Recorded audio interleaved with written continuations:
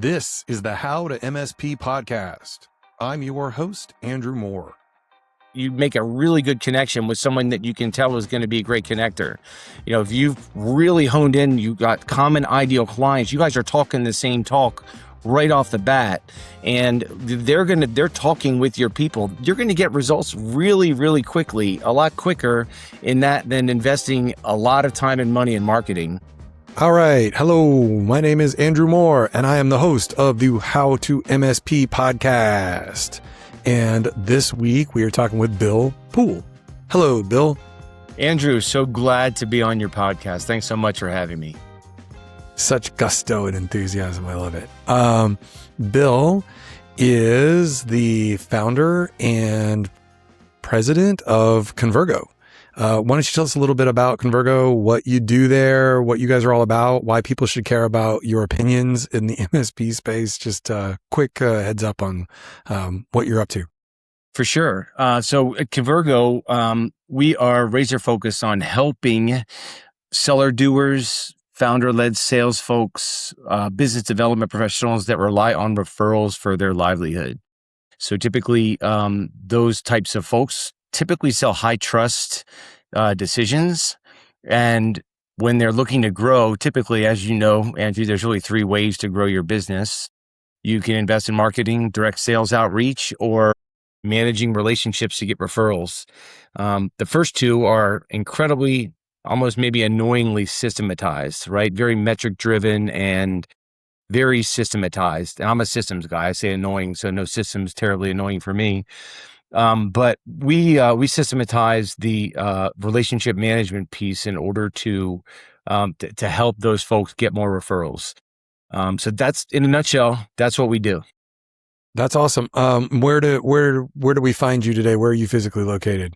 I am physically located in my office in Denver, Colorado, which is where I live. So I travel a good bit. We're a small company, but we're remote.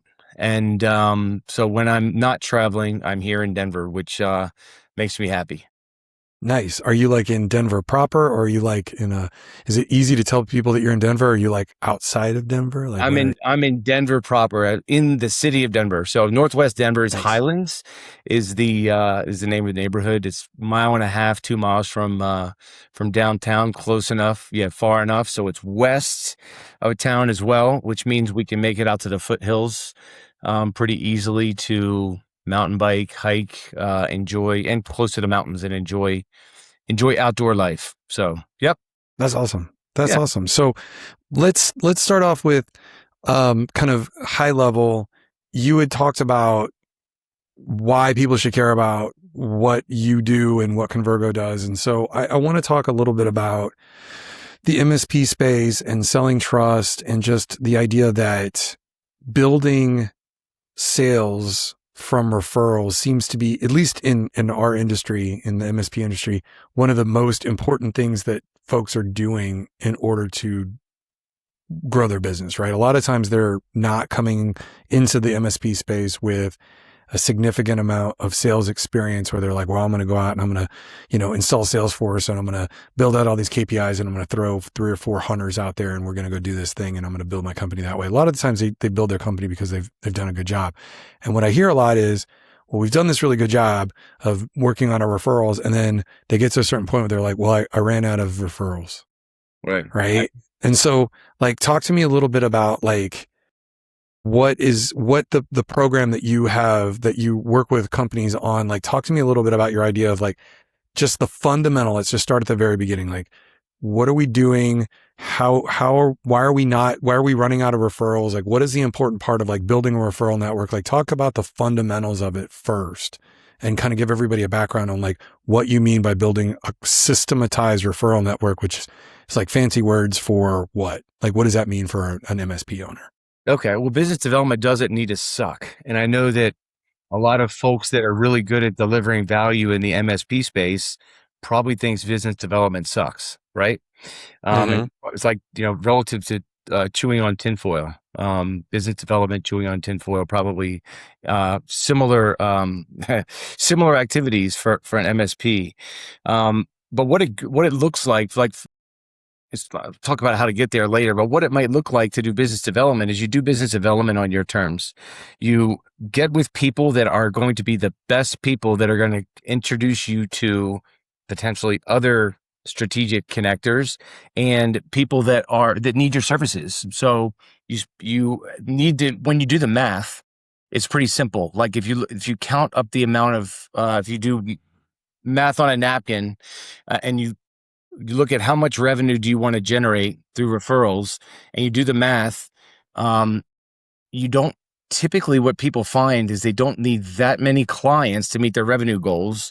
And if you think about like a really warm referral from a trusted connector, like a third base referral, like those are the ones that close a high percentage of the time, as opposed to someone that's a relatively random referral. You get a bad referral. Someone really knows you.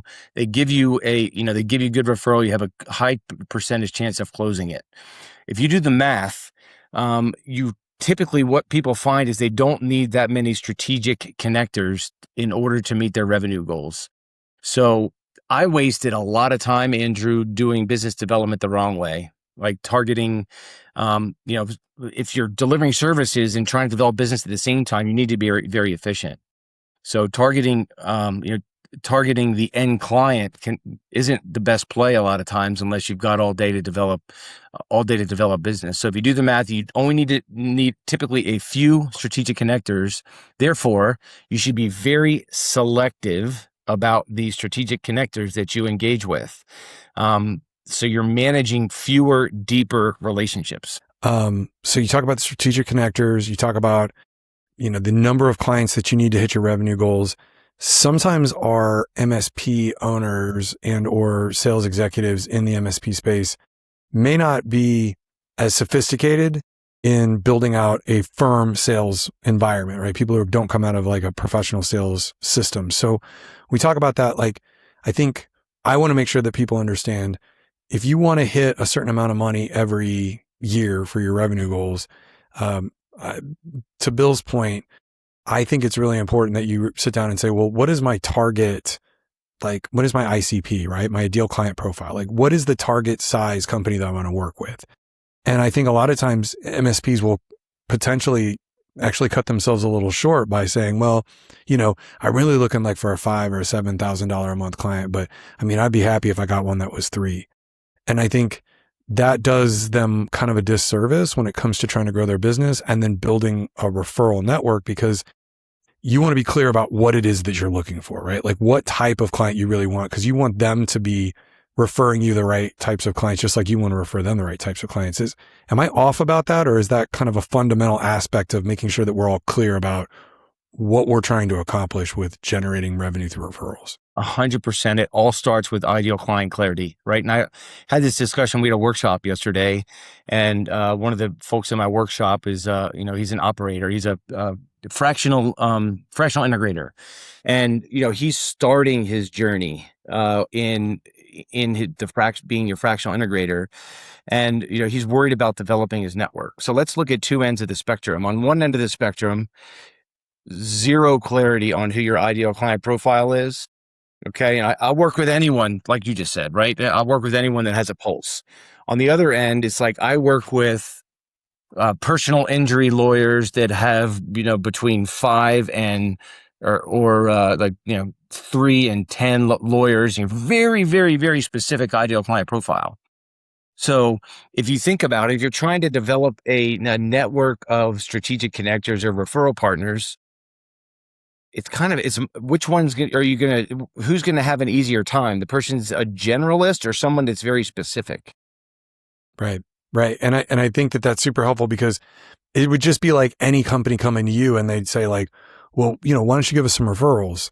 And you'd be like, what kind of referral? Like, I know plenty of companies. Like, what kind of referral do you want? And they're like, well, I don't know. Like, we'd be willing to talk to anybody. Well, that doesn't help me as a referral partner, right? I don't know how to help you get there. Like, I think it's really important that MSPs at least do a little bit of homework in understanding who they're trying to sell to your point, what revenue targets they want to hit, and not to sell themselves short. Because I would guess that, you as an MSP are, in wanting to grow your business, you're going to not want to waste your time with the types of clients that aren't going to be a good fit for you long term, right? And you want to make sure that if you're going to spend this sort of concerted effort, which I'm sure we're going to get into here in a second, is this is relentless. Like, this is one of those things that we have to be constantly out doing and nurturing and evolving, and building one of these networks, I think, it takes time, right? Like, can we talk a little bit about that? Like,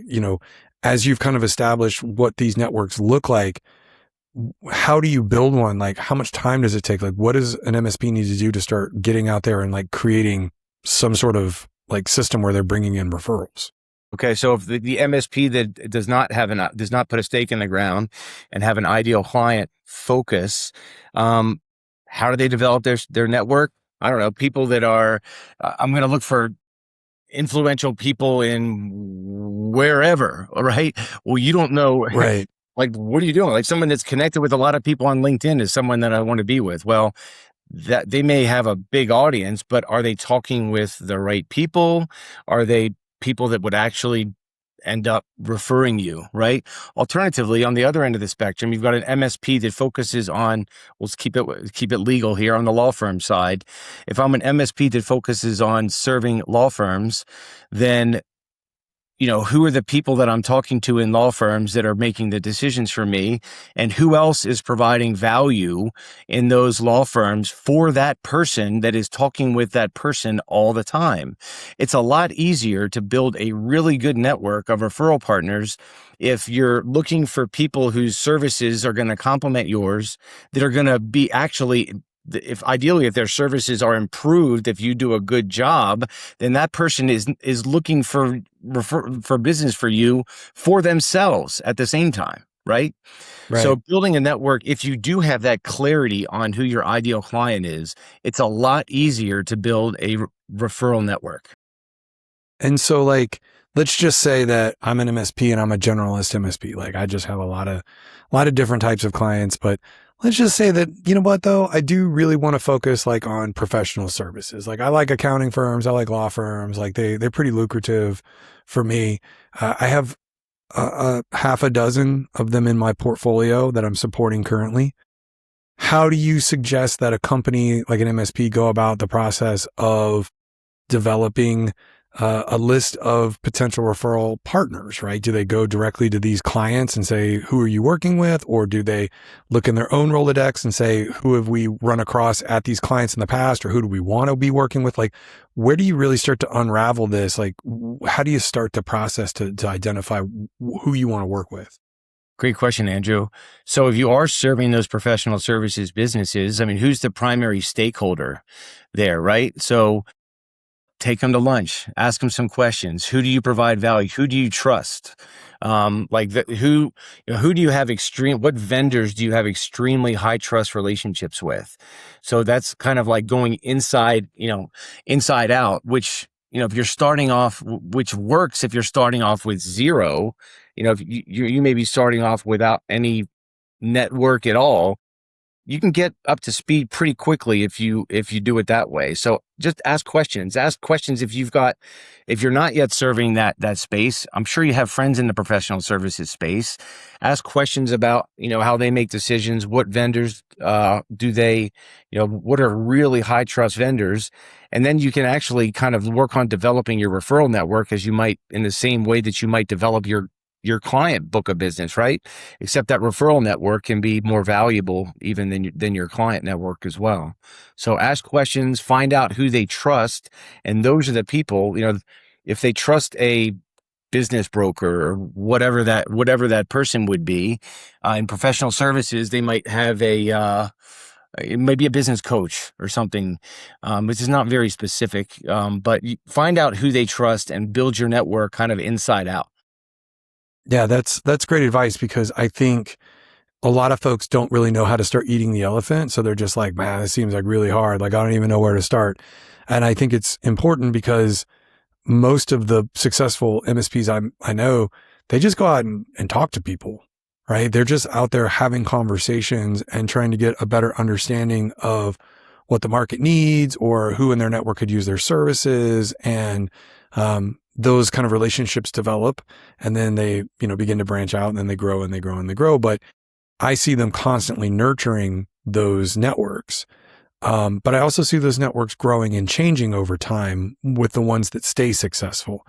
And I never thought about the systematic processes that you were talking about in order to maintain those networks.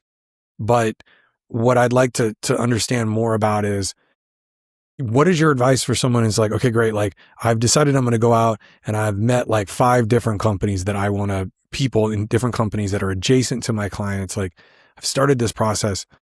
Like, what qualities do you want to see in those people? What do you want to see from them on a regular basis? Like, how does the actual system work where you're like out trying to build the network and actually getting referrals? Because I'll be honest with you, there have been times where I've worked with the local, internet provider rep, or I've worked with the local low volt guy. And I'll be honest with you, like, he never really brought me deals, but I was always bringing them deals. And that was frustrating. Right. And it got to the point where I was like, wasn't selfish, but I was also like, bringing you a lot of business and I don't really get any referrals in return. And so I felt like maybe I could find a better fit, but I got lazy and I didn't want to do it. I was just like, well, that just seems hard. So as long as my clients are taken care of, I guess I'll just sit here and not get referrals. Like, can you talk a little bit about that process? Sure. I mean, one thing is keep score. I mean, if you've got what you feel like it starts with an ideal strategic connector profile. Like, what is the type of person? And that sounds, it's best to separate the names of people from your network. Like, what is the best person first that's going to be a really good referral partner for you, right? And that's like, you don't know if they're going to be if you're going to like them, but you can look at a database and know that this person is probably talking to the people inside of my ideal client businesses that is going to be able to help me. So that there's that component, and then whittling it down. Say that there's a CFO a CFO is a good contact. You meet 5 CFOs, then you want to, ideally my system is really about prioritizing the best few connectors that you have. So in addition to being connected, like, there's a relationship piece there where you like them, right? You have value alignment and things like that. And that they are a giver. Like, you don't want to be continuously giving. You want it to be a mutual, a back and forth thing. So we keep score. I mean, in the CRM, like, we have HubSpot and we help our clients with HubSpot, where we've got a dashboard, and HubSpot has lead scoring for leads for clients. We do scoring for our strategic connectors as well. And we have a scoreboard. So you can, if they're not referring, if you're not getting referrals from these folks, then you don't invest time in them. Yeah. You invest time in the folks that are. Well, and I think it was interesting that you brought up, are they selling into or working with companies that you want to work with? I've in the past made the mistake of working with like an ERP vendor, right? That ERP vendor was selling into very large accounts. Mm-hmm. And there was not an opportunity for us when we were that size in an MSP to sell into those accounts. So it really just became like an opportunity to go to lunch with somebody every now and again. Like, we never really wound up having a relationship where we were helping each other. But the thing that I found very rewarding was, like, the local Insperity rep, that person was selling directly into the SMB space that we were selling into, and we knew all the same companies. And so we really tried to get together and make each other look good. And that was a very fruitful relationship, right? Because we were selling to the same type of client. And to your point, we were very much aligned on, we were a more premium package, just like Insperity was. Like, we wanted to work with high growth companies like Insperity did. Like, there was a lot of things that I think from a value perspective, like, we were both moving in the same direction with the same types of clients. So our messaging landed properly. So I think it's really important what you said, in that it's more than just, are they bringing me leads, but it's also some of these other ancillary things that I never thought about until you just said it. I'm like, oh, ding, ding, ding. Like, that seems like it's something that would be really helpful to know. Yeah, for sure. And there's other ways to help also besides the lead thing, and get the referrals. Referrals really come second in my system. If you think about finding people that are help first, that are going to be good referral partners, that do indeed help first. What are you going to do with them to provide value? Is it just golfing or lunch? That's good, and you have rich conversations. Or you can collaborate on things like this, Andrew. Thanks for inviting me to your podcast. Like, collaborate on marketing events or podcasts or things like that. Something that we call that the help first value exchange, right? So instead of getting on the phone once a month or once a quarter and asking for referrals, what are you going to do to exchange value in the meantime? I've got a group that I created, which is part of my system of non-competing providers in the Denver market. We all serve the same ideal client. We meet once a week. That sounds like a lot in Zoom, right? We meet once a week in Zoom. We've been doing this for 3 years. We really like each other. Like, there's different ways that we help each other. It's not about getting referrals. I think that I've referred 3 different people. I've referred people that have been hired into people in that group are looking to hire people. I've given 3 different, connected them with 3 different people that they've ended up hiring, right? What are your, and we're very EOS-y. What are your rocks? Okay, well, I've got someone to introduce you to help you with the rocks. And then guess what happens when you take that approach? Referrals are a byproduct of that, and they just come naturally. And it's not just like a transactional referral. It's really about being more intentional about like a really a help first approach with the right strategic connectors that also give back. Well, and I kind of, we had a bit of an idea of how we wanted to touch on things today, and I got a little out of order because I got right into like, how do you do it? But I think this kind of goes back to something that I wanted to touch on that I skipped over, but there's so many tools that people get sold, in a lot of ways, where from a sales perspective, they are constantly being told, well, if you just get out there and you optimize your website and you put enough YouTube content out there, or if you're, doing enough, cold email blasts, or you're doing this or you're doing that. And I want to make sure that I'm clear about a lot of those things are important. Like they happen to support the marketing efforts that you're putting forward to create legitimacy around your business and your brand. But I'm so grateful for the fact that you brought up being out there and just networking with people and having conversations and being intentional about giving to the other businesses that are trying to grow in your community or in your channel or whatever. Like, to me, that's the gold. And I think that so many MSPs or even small business owners don't take the time to do that because they're just busy. Right. And they're like, oh man, that just seems like it's me getting together and bullshitting with some people. And like, but I mean, let's talk about that a minute. Like, talk to me a little bit more about the transformation you've seen in some other businesses. Like, how does this really work? Like, are you seeing it like all the time? Like, is it what you put in is what you get out? Like really, like, give everybody the secret sauce part of it. Like, is it working? Like, how do you see it? So, I mean, is like the referral approach working? Is that the question? Yeah, like the effort against the outcome, right? Like, is that what you're seeing? Is like, if anybody puts in the time to do the networking and the integration into a group and to take the time to get out there and talk to other business owners and really understand their network, are they going to see good things out of it? Or do they have to have a specific agenda, or do they have to be very intentional? Like, at what level does the commitment to being a part of something, right, help generate an outcome, and then layer that on top of like a process and a system? Like, let's just talk about that a little bit. So I'll tell the beginning of the story and validate if what I think is right. Think about the MSP grows on relationships and referrals, has a bunch of happy clients, and realizes that the referrals have dried up. You said in the beginning, right? Right. What they would typically do is, okay, we've got aggressive goals and we need to do something differently. So what they do typically is invest in marketing or direct sales outreach.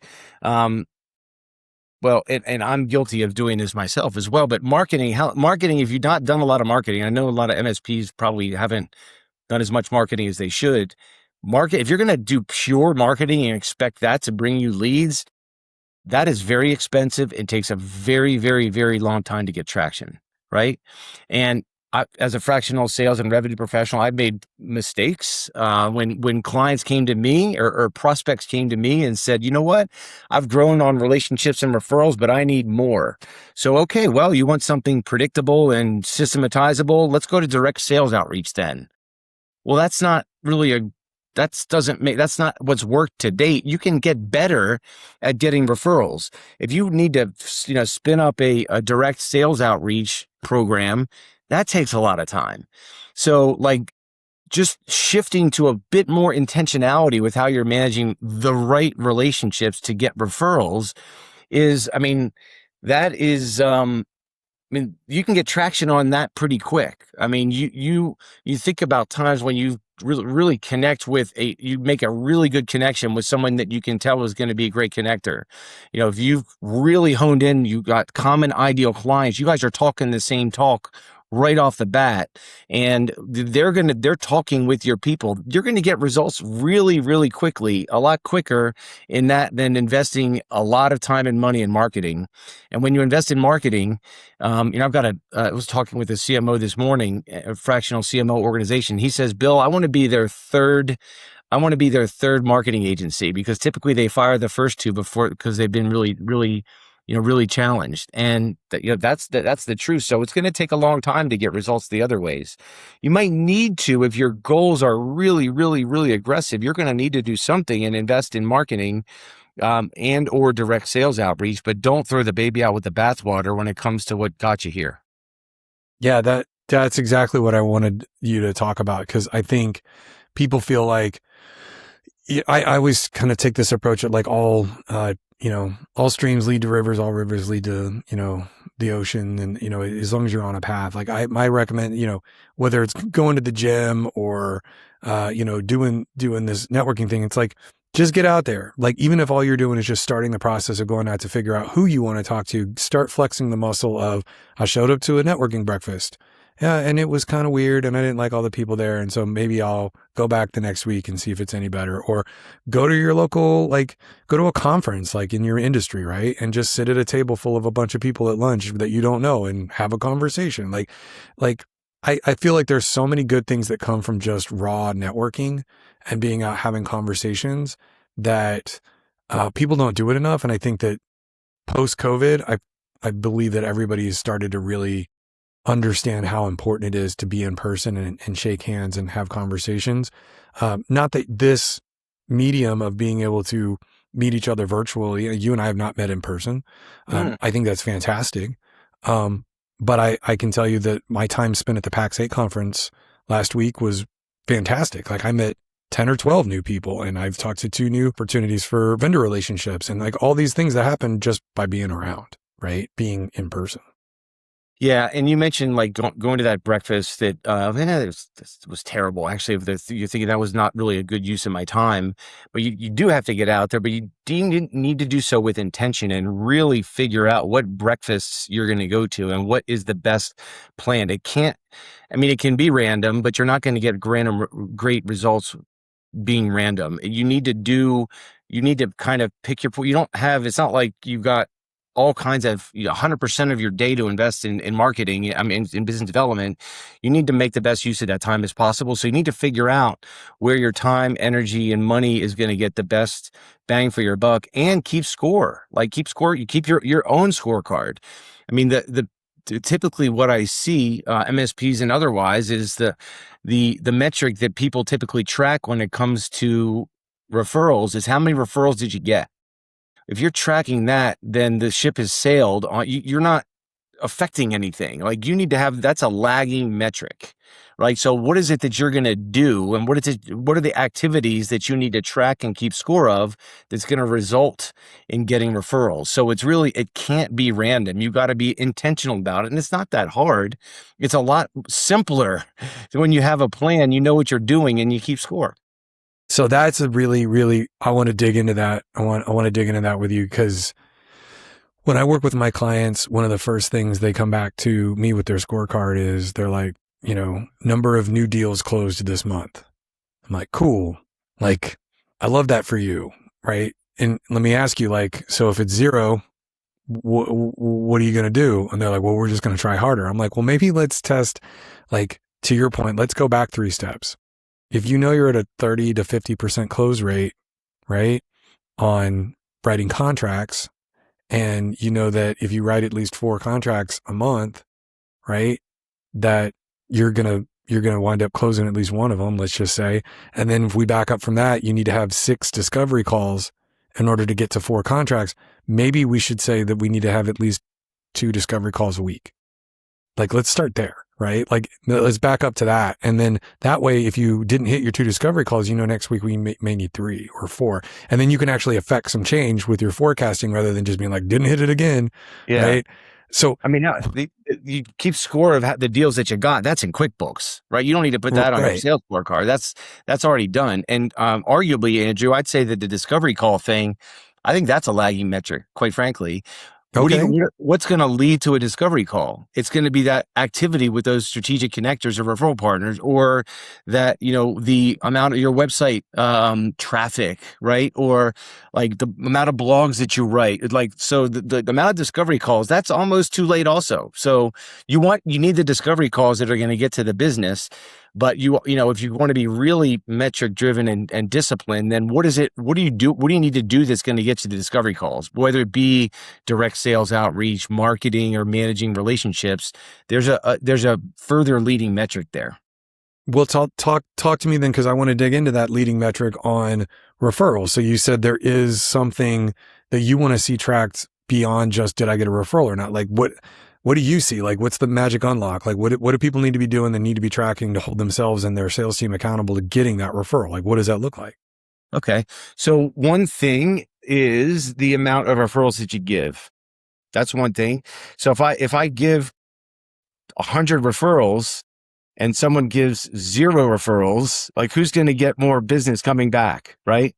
So it's really like, that's something that I do have control over, is the amount of referrals that I give, or the amount of introductions that I make. There's a Stephen Covey concept, Andrew, called the emotional bank account.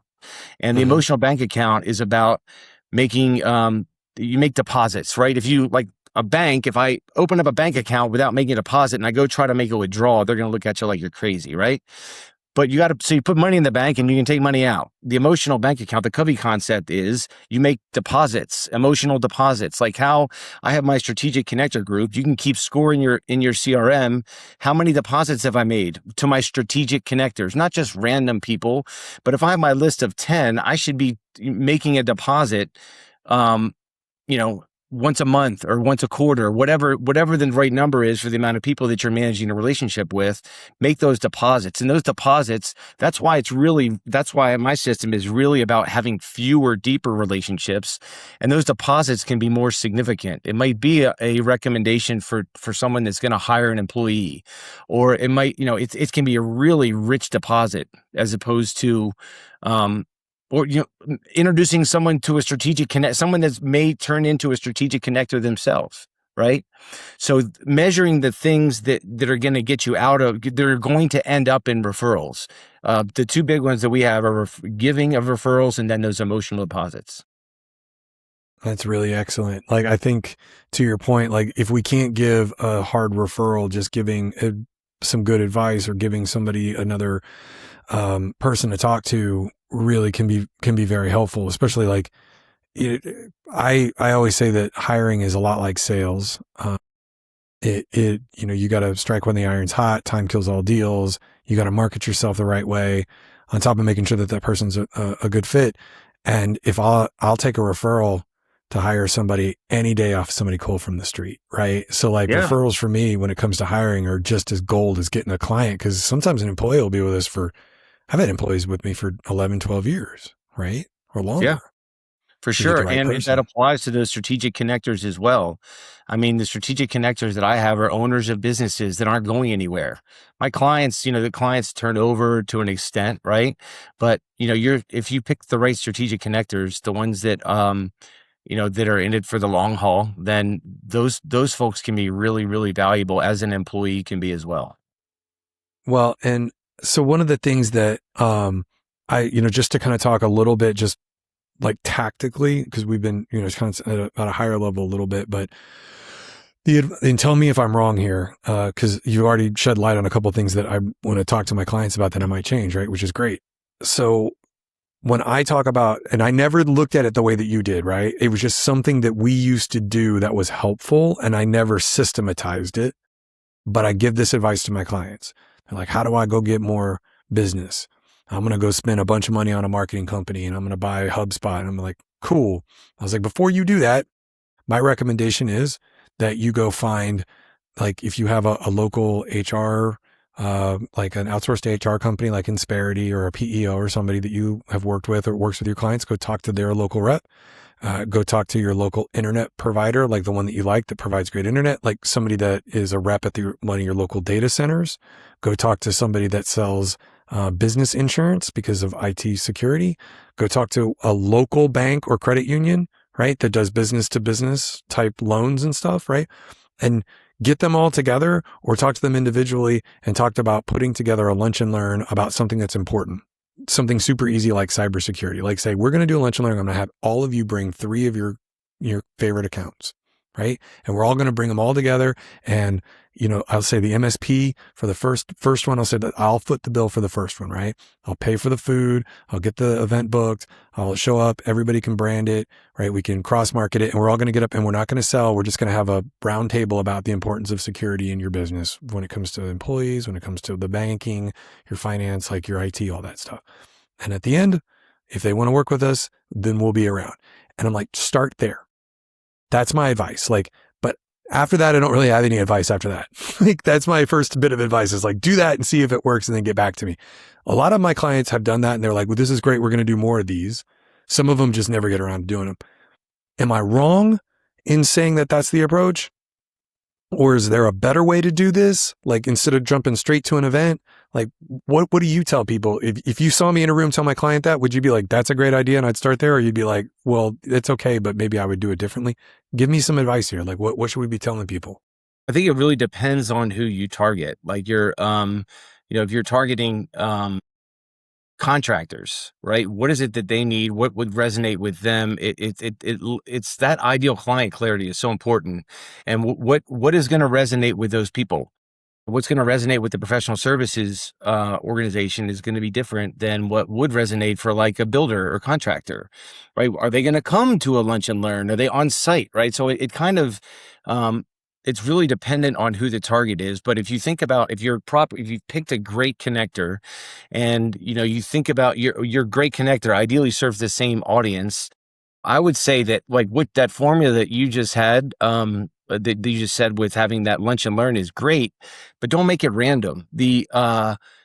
Jennifer Zick is someone I know that she trademarked the random acts of marketing, right? Random acts of marketing is doing like just a one-off thing, right? If that's a good idea, make it a thing. Like do it regularly, 2 times a year. Make it a system so that you're not making decisions on what are we going to do in the fall. Like, well, you got a system. Last fall we did this, and we're going to make it better this time. So just the consistency behind it to really have a plan, which is very dependent on who that ideal client is, and don't make the plan too aggressive. Don't overextend yourself financially or more importantly, like your time and energy. Make it a plan that works given what you need to do, outside of that. But if you pick the right things and do them, regularly and peel out the garbage that doesn't work, that's the idea. So the modification to this plan, which we come back to kind of full circle, we talked about at the beginning, is really focus on that ideal client profile. Like, if we're like, listen, we're going to do this thing, but we're really excited about general contractors. We think that the construction industry is a really booming place right now. And we want to get a bunch of them together. And we want to talk about the importance of IT security in regards to GCs. And so we're going to, if you guys have got clients that are between, 25 and 125 employees, bring them, like, especially if they're GCs, right? Like, we want to have that conversation because we're going to gear it directly towards that from a messaging standpoint. Does that sound like a fair for sure modification? Yeah, made me think of a conversation I had with a guy down in New Orleans, and he was serving a bunch of folks in the Maritimes, right? Their ship. I think they provided services for ships and such, right? And he said that, and you can cut this if you want, Andrew, but what his ideal clients like to do is they like to go to the girly bars, right? It's like, okay, we'll take like have an event at a girly bar then, whatever, Dude, the person matters. I'm from Houston originally. Like I think they invented strip clubs in Houston. Like that's an oil and gas like thing. So yeah, no, I Yes. get it. Yeah. Yeah. I mean, The James professional Harden services. played in Houston a really long time because of our strip clubs. So I've heard about him. for sure. For sure. But yeah, I mean, if know your audience, I think is the most important thing that you could say is that, if that's another thing that I think is a really important thing about, if you're just going to use the idea of doing a lunch and learn or whatever. But to your point, I was just talking with a client recently, and they have this really fantastic, private room, at the top of a building that they, have control over in downtown. And they would invite people to this room for events. But what it felt like when people got invited to this was they were being invited to a private room at their office, right? So they kind of expected to get sold, right? Whereas this last event, I was like, let's go ahead and have that at Vic and Anthony's. Let's have it at a steak place, right? Downtown, right? So that you're still, central, but let's see what happens. And they had a fantastic turnout. Right? Like there were a lot of people that were like, oh, like I know Vic and Anthony's, I know the quality of the food, I know what I'm getting. I know I'm going to get sold a little bit, but I could always get up and leave if I wanted to. I can pretend I'm going to the bathroom. And so like After the I steak. think, yeah, after the steak, right? Like as long as, but like, I think it's important that, to your point, is that like know who your audience is. Like they invited executives and, high level, like, sales associates and stuff like that to come out to this event. And so they had a good turnout, and that was the kind of crowd you wanted there. And they had a really good networking time at the beginning where there was a lot of conversations and swapping of business cards. So, I was really excited to hear that turned out for them, but I think it was because they picked the right venue and they had the right mix of people, right? That makes event. sense. Yeah. Yeah. So one of the things I do want to touch on before we run out of time is, this sounds like it's really good for, MSP owners, maybe even some MSP executives. Can this translate to like, if one of my MSPs that I'm working with is got like a lead salesperson, can they really master this sort of thing? Or do you have to have more gravitas to get out there and build a network? Like talk to me about who the right fit is for this. We actually had two in a recent workshop. I think it was the April workshop. We have workshops that last about 4 weeks. We had a couple cybersecurity reps, their business development reps in there that develop their own system, and it can be more effective if you think about it. With if you have what those folks have is budget. A lot of times they've got a marketing department potentially behind it. If you've got things, a marketing department could support a business development rep who creates his or her own system. A lot of times those can be better events. And a business development rep, the main rep that came through was having, I think he just hosted the event last week in Chicago, with another a hardware provider, that it was a mutually beneficial referring situation where they provide the hardware, and like the guys that came in, the guy that came through my workshop worked for the cybersecurity company. They collaborated on a workshop together, and they're going to do it. I think they do it once a quarter. So it absolutely, I mean, it really, it's a little different for a founder or a seller doer somebody that's providing services that only has 25% of their time. For someone that is a pure biz dev person, they've got more time. They got more time to invest in doing that, and can really, potentially extend the reach there. So I don't know what they would do otherwise if they, if they rely on referrals for their business. Right. Put a plan in place and make it not random. No, that's super helpful, because I think, the other side of that is, if you've got a business development rep, to your point, I always tell my owners, I'm like, don't hire a salesperson unless you're ready to manage a salesperson. Right. And a lot of times I'm like, no, I'm just going to hire the salesperson. They're going to go sell stuff. That's what salespeople do. And I'm like, all right. I was like, I'll talk to you in 6 months. And so when you decide that if you've got a business development rep, and if you are like managing them a little bit, I think the last thing I want to find out from you is, you talked a little bit about leading indicators, lagging indicators. What do you tell if you were to walk in cold and you brought in a BDR to an organization, what would you be telling them? Like, hey, this week at our one-on-one, like, I need you out doing this to start building this network or to maintain this network. Like, are you going to be tracking like opportunities that they've had to give to others? Are you tracking like, straight referrals? Are you tracking like, events that they're going to? Like, what are you tracking to make sure that you're reinforcing that with a BDR rather than just holding yourself accountable as a lead salesperson? So first of all, in that example, there's a lot of different ways to go and the people you can hire. You can hire a BDR that's a salesperson that's looking for a job, which means there's no guarantee they're good at what they're doing because they don't necessarily have a job. They may not be connected. And so if they need to build a network, then that's a whole nother thing. Alternatively, you can hire the person that has the network. You're really hiring the network in some cases. So it's going to be a little bit different.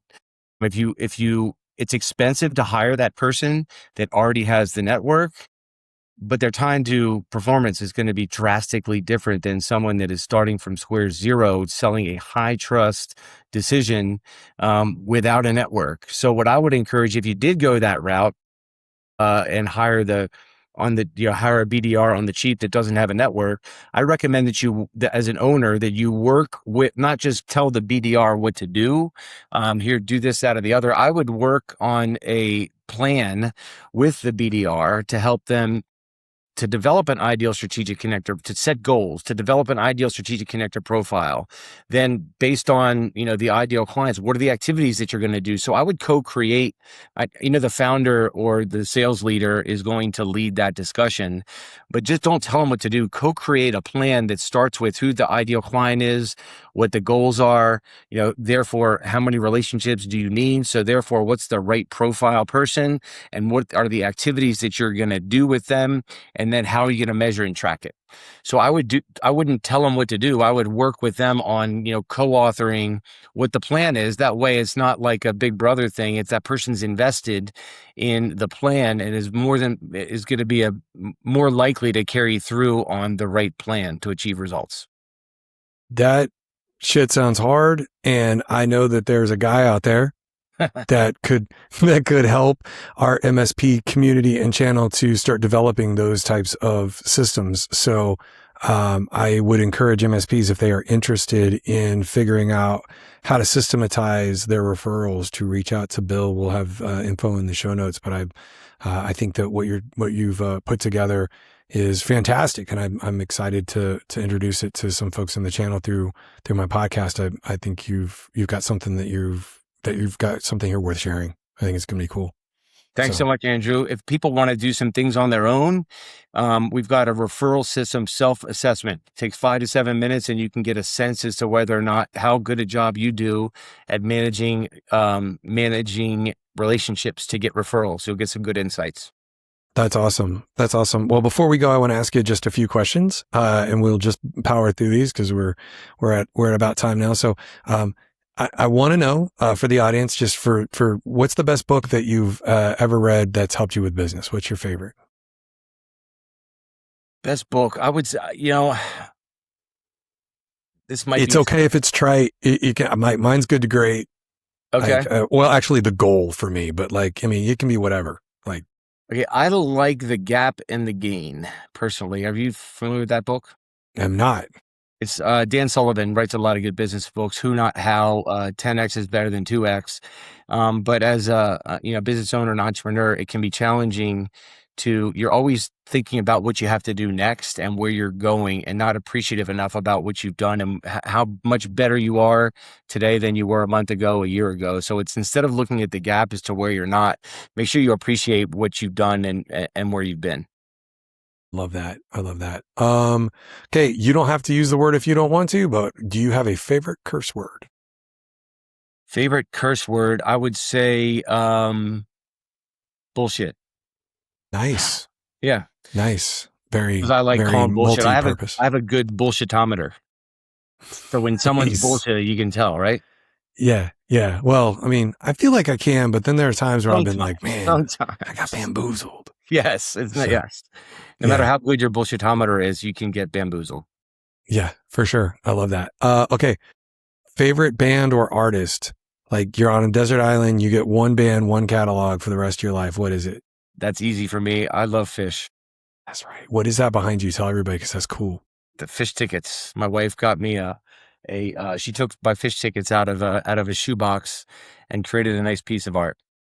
And for those who cannot see this, there's got to be 100 tickets. How many tickets are up there? There's a lot. I don't know, but they stopped giving those tickets away some time ago. So there's even more digitally.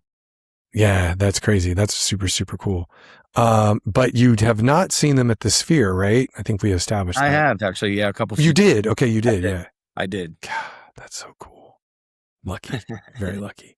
Okay, so what's the worst sales call meeting that you've had with a client or a prospect, or you can change the names to protect the innocent? Like, have you ever been in like a business meeting that just was so ridiculously bad or went so sideways that it like has been seared in your mind forever? When you tell it at stories, people spit their drinks out.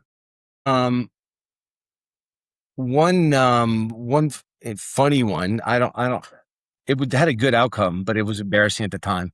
I was 23, 24, and I started selling copiers out of college. And I sold Xerox, and Xerox had these big Docutechs, and these are book publishers that did publishing on demand. This is a long time ago. And I was 23, 24, and these things cost like $300,000. And I was on a closing call I probably shouldn't have been where I was, but I was dressing, my suspenders on and everything. And I was young, still coming up, and this is way biggest deal I ever had. And I went to, get my pen out, it came time to sign the deal. And I reached across and handed it to, the owner of the book publishing business. And my suspender broke because it was a little worn, off of the button, and it came off. That's awesome. It was kind of funny. Did he sign it? No, he signed it, and it got a good laugh. I just love the fact that you were like, that's just so like super sales guy, Xerox 101. You're like, I was dressed to the nines and I had a pen in my pocket and I was like, oh, the deal is going to close, so I'm going to slide the pen across the table. Old school stuff. So good. People who are old or younger don't realize that like you have to show up and you have to have 3 copies of the contract, and you make sure that you had one that you could mark up and write on and make sure press you could down hard when you sign. Yeah. Like you had all this stuff, like you had to be all prepared when you showed up because you might get them to sign it right that second. And all that. It was so good. So good.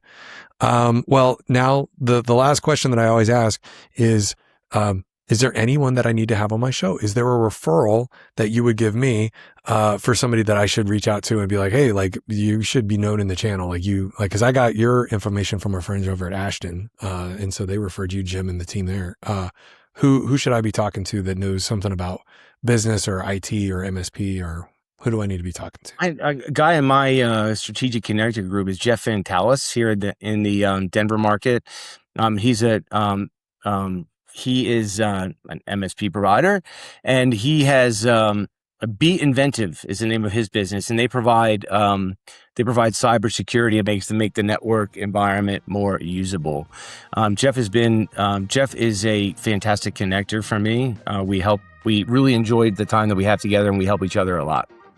Awesome. Yeah, definitely pass me his info and I will reach out to him and talk to him about whether or not he'd be interested in talking to the channel and tell him what he's doing out there. Plus, we probably know some of the same people. I would imagine. Yep. Incestuously small community for as large as it is. Right. They all know each other. Well, Bill, I appreciate you being on the podcast today, and I thank you for your time, and I hope you have a really great rest of your week. Andrew, thanks so much for having me. I appreciate it. Thanks.